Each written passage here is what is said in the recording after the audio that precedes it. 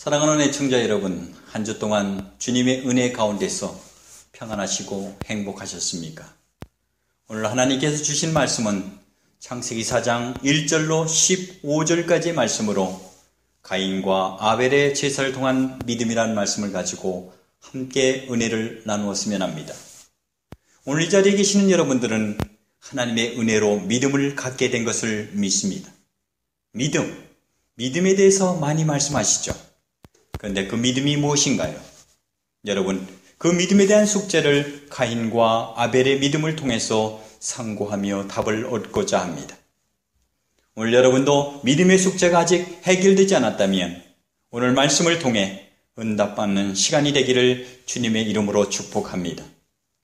우리가 알 수 있는 사실은 우선 가인과 아벨이 모두 생기를 위해 노동을 해야 했고 그들의 직업은 각각 농업과 목축업에 종사했습니다.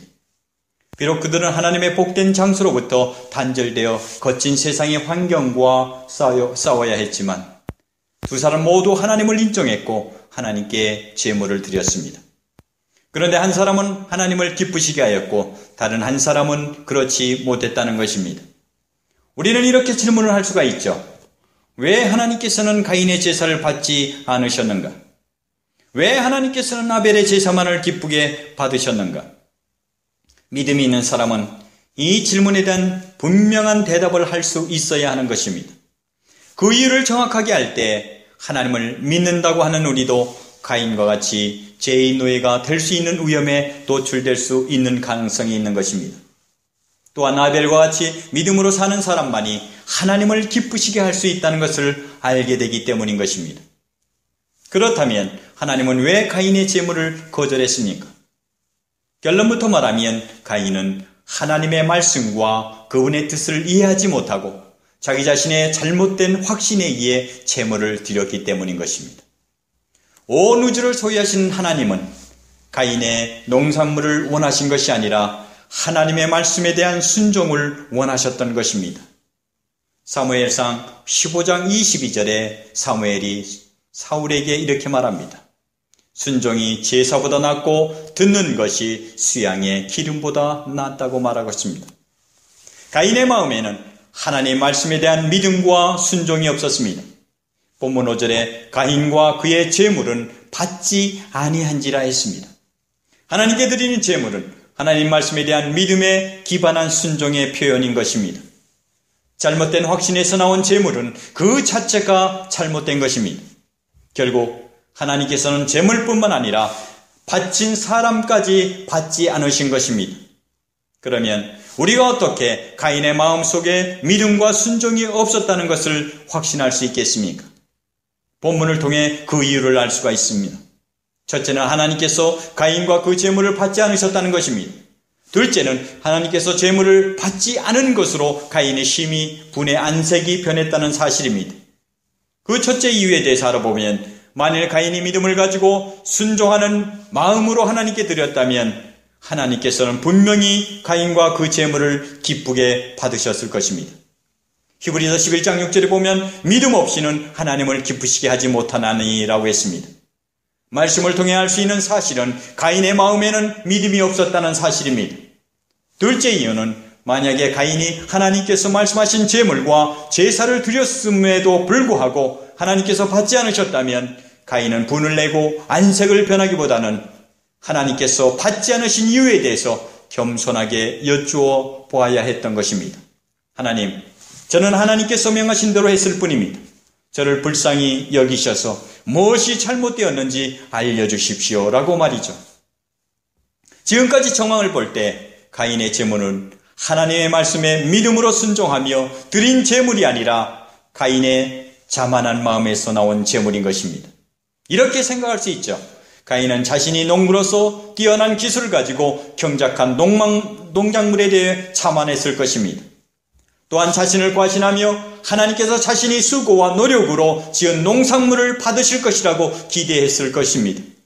가인은 자신이 아무것도 하지 않고 단지 하나님의 말씀에 순종만 한다는 그 자체가 가인에게는 너무 쉽고 어리석게 보였던 것입니다.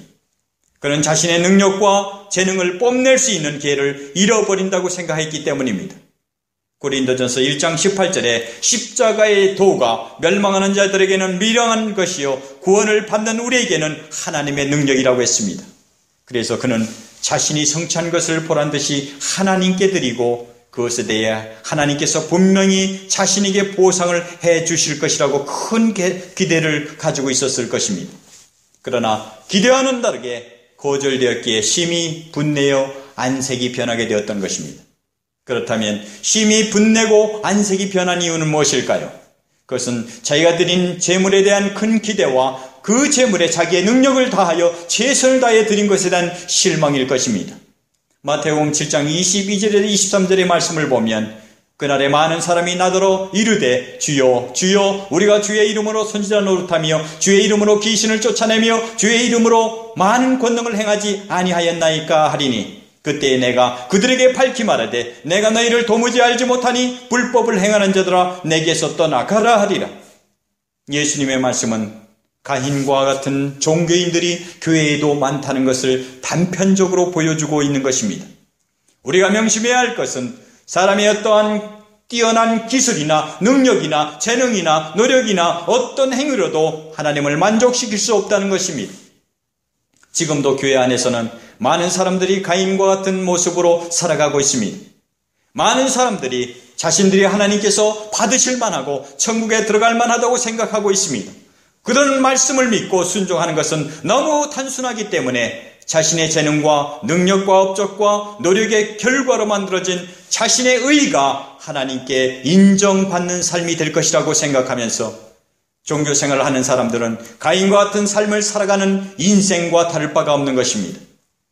종교인들은 자신의 선한 행위와 재능과 노력으로 쌓아놓은 업적으로 구원을 받을 수 있다고 생각하죠.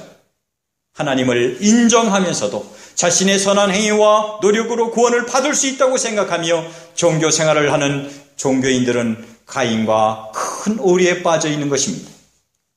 불순종한 가인의 악한 마음에도 불구하고 사랑이신 하나님은 은혜로우시고 자비로우셔서 가인에게 찾아오십니다. 그리고 하나님께서 가인에게 사랑의 책망과 죄의 결과에 대해서 경고하시죠. 그때 가인은 자신의 잘못을 인정하고 시정할 가능성이 있었습니다. 그렇지만 가인은 하나님의 책망을 듣지 않았습니다. 자신의 잘못을 인정하지 않고 자기를 그렇게 만든 장본인은 아벨이라고 생각했습니다. 그는 시기하고 미워하게 되었고 살인까지 한 것입니다. 가인은 스스로 자신이 선하다고 여기며 살았고 자신을 하나님께서 받으시기에 충분히 선하다고 생각했지만 하나님은 선함이 없다고 말씀하십니다. 네가 선을 행하면 어찌 낯을 들지 못하겠느냐. 그러면서 하나님께서는 가인에게 내가 짓지 않고 선을 온전히 이룰 수 있다고 생각한다면 이제부터는 내가 죄를 다스리며 죄를 정복하라고 말씀하십니다. 선을 행하지 아니하면 죄가 문에 엎드려 있느니라. 스스로 선하다고 생각하며 끝까지 자신의 죄를 뉘치지 않은 가인에게 계속해서 선을 행치 아니하면 죄가 그의 삶을 지배하게 될 것이라는 말씀입니다. 하나님께서는 가인 스스로 노력을 해서 천국에 들어가라는 말씀입니다. 스스로 구원을 얻어보라는 말씀이죠. 갈라디아서 5장 3절과 4절의 말씀을 보면 내가 할례를 받는 각 사람에게 다시 증언하노니 그는 율법 전체를 행할 의무를 가진 자라. 율법 안에서 의롭다함을 얻으려 하는 너희는 그리스도에게서 끊어지고 은혜에서 떨어진 자로다. 가인에게 하신 말씀은 예수님께서 누가복음 10장에서 율법사가 자기가 가득 차서 대답할 때 그 말씀과 맥을 같이 하고 있는 것입니다. 하나님이 필요 없는 가인은 스스로 죄의 문제를 해결해야 했습니다. 스스로 죄를 다스리며 살아야 했고 천국의 길을 찾아야 했습니다. 결국 그는 죄를 다스리지 못하고 최초의 살인자로 기록됩니다. 그렇다면 아벨의 제사는 왜 받으셨나요? 아벨의 제사는 가인과 같이 자신이 성취한 것을 자랑하는 제사가 아니었습니다. 아벨이 목축업에 종사했기에 자신의 것을 드린 것이 아니라 하나님께서 말씀하신 방법을 지켰던 것입니다. 분명히 하나님께서는 가인과 아벨을 향해 하나님께서 드려야 하는 올바른 제사에 대해서 말씀해 주었습니다. 히브리서 11장 4절에 보면 믿음으로 아벨은 가인보다 더 나은 제사를 하나님께 드림으로 의로운 자라 하시는 증거를 얻었으니 하나님이 그 예물에 대하여 증언하십니다. 아벨이 믿음으로 제사를 드렸다는 우의 말씀을 통해 우리는 하나님께서 이미 가인과 하나님께서 하나님이 기뻐하는 제사에 대하여 말씀하셨다는 사실을 알 수 있습니다.